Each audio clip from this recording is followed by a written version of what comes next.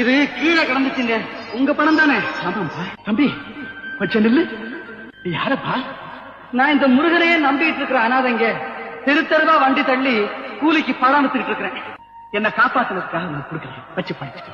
நானா காப்பாத்தினேன்? இல்லைங்க, அவன் காப்பாத்தினான். அவன் வேல் காப்பாத்துச்சு. அவன் தான் உருவத்துல வந்து என்ன காப்பாத்திருக்கான். பல 1000 ரூபாய் பணத்தை பார்த்துட்டு உணர்வு இல்லாம கிடந்த என்ன அடிச்சு கொண்டுட்டு இந்த பணத்தை எடுத்துட்டு போகாம என் பக்கத்துல பாதுகாப்பா இருந்து இந்த பணத்தை திருப்பி தரேன்னா இதை நீயா செஞ்ச? அவன் செஞ்ச. இந்த பணத்தை எடுத்துக்கப்பா. இல்லைங்க, வேண்டாம்.